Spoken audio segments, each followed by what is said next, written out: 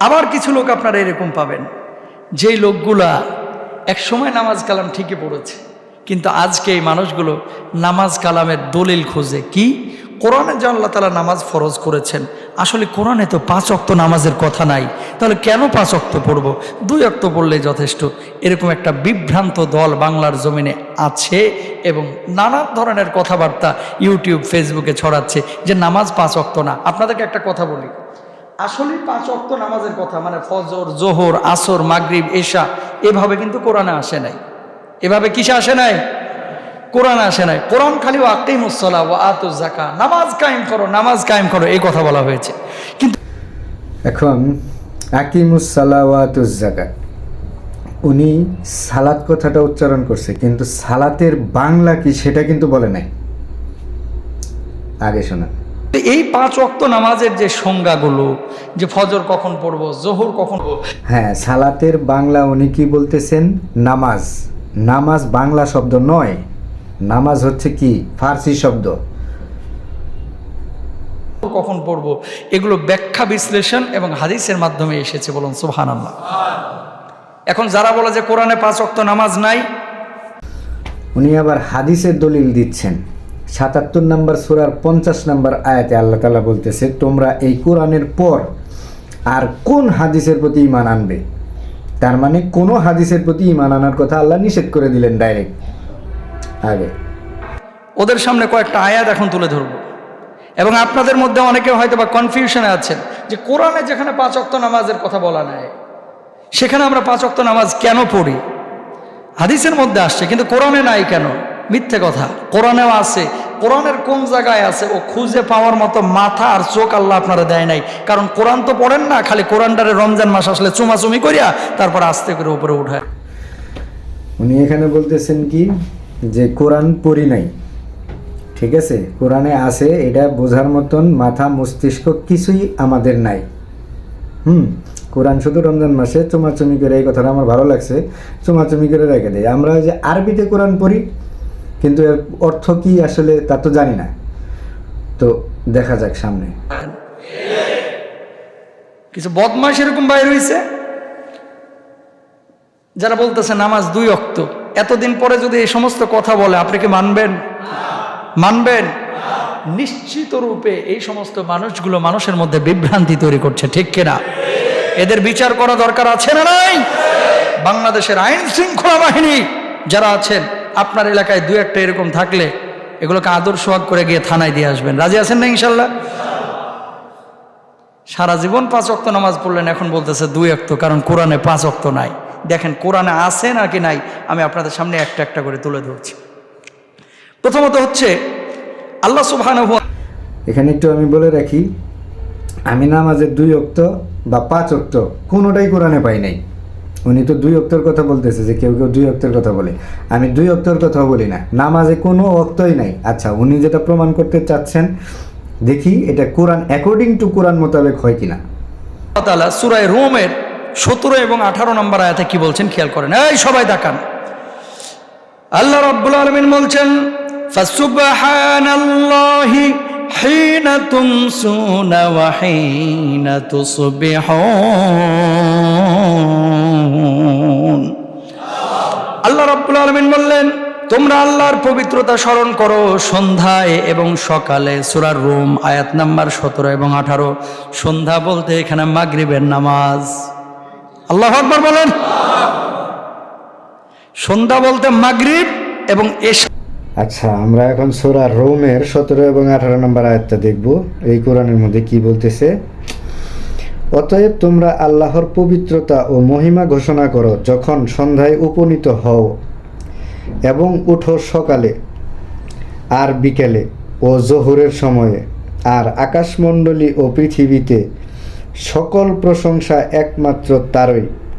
19 নম্বর আয়াতে আবার বলতেছে, তিনি মৃত থেকে জীবিত বের করেন এবং জীবিত থেকে মৃতকে বের করেন, আর ভূমিকে জীবিত করেন তার মৃত্যুর পর, আর এভাবেই তোমাদেরকে উপস্থিত করা হবে। আচ্ছা, এখানে আপনারা ফজরের নামাজ, জোহরের নামাজ, আসরের নামাজ, মাগরিবের নামাজ, এশার নামাজ পাইলেন কোথায়? এখানে আল্লাহ বলতেছে কি, অতএব তোমরা আল্লাহর পবিত্রতা ও মহিমা ঘোষণা করো।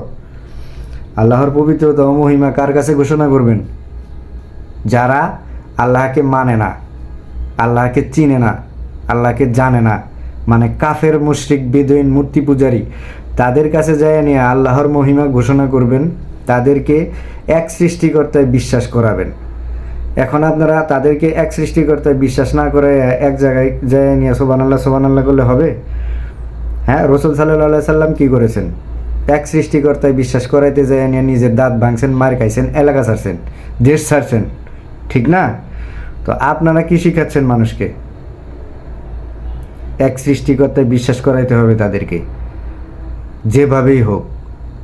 সূরা হুদ আয়াত নাম্বার 114 আল্লাহ তাআলা বলছেন, ওয়াকিমিস সালাতা তরফাইন নাহার ওয়া যুলাফাম মিনাল লাইল।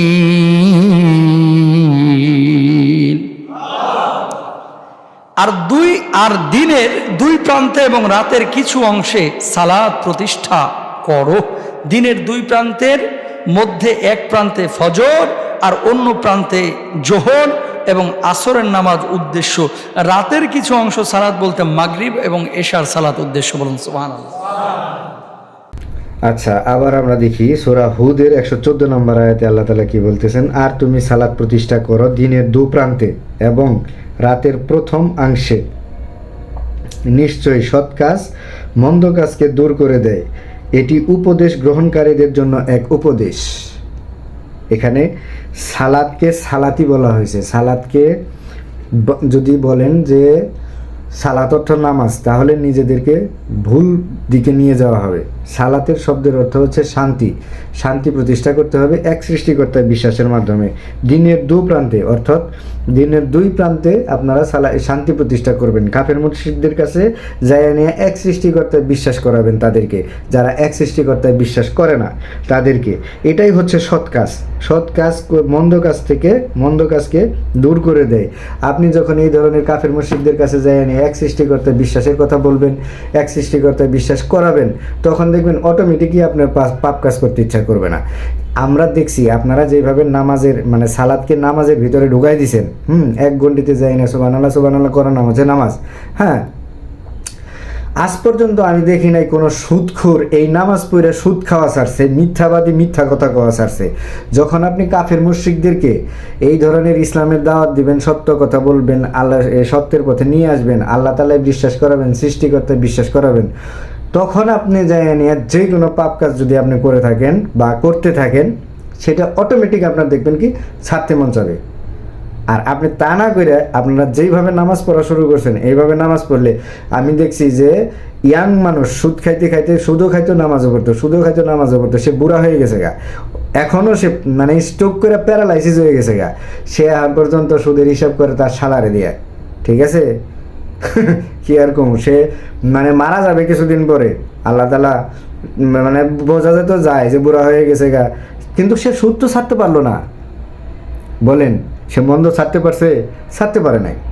কাজে আপনাদের যে প্রথা, সেই প্রথাতে জীবনে মন্দ কাজ ছাড়বে না। মন্দ কাজ ছাড়বে কীভাবে? মানুষকে যারা সৃষ্টিকর্তায় বিশ্বাস করে না তাদেরকে সৃষ্টিকর্তায় বিশ্বাস করানোর মাধ্যমে।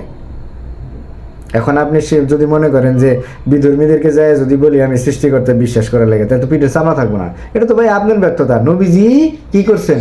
এক সৃষ্টিকর্তায় বিশ্বাস করাইছে গেছেন, যায় নিয়ে তার দাঁত ভাঙছে, সে এলাকা ছাড়ছে, দেশ ছাড়ছে, ঠিক আছে, পাথর মারছে। তো আপনার আমার দায়িত্ব, যদি মুসলিম হিসেবে নিজেদেরকে দাবি করি, তাহলে পরে এক সৃষ্টিকর্তায় তাদেরকে বিশ্বাস করাইতেই হবে, তাদেরকে ইসলামের দাওয়াত দিতেই হবে। তাছাড়া নো এক্সকিউজ। আল্লাহর কাছে সবাই জাহান্নামে যাওয়ার জন্য রেডি থাকেন।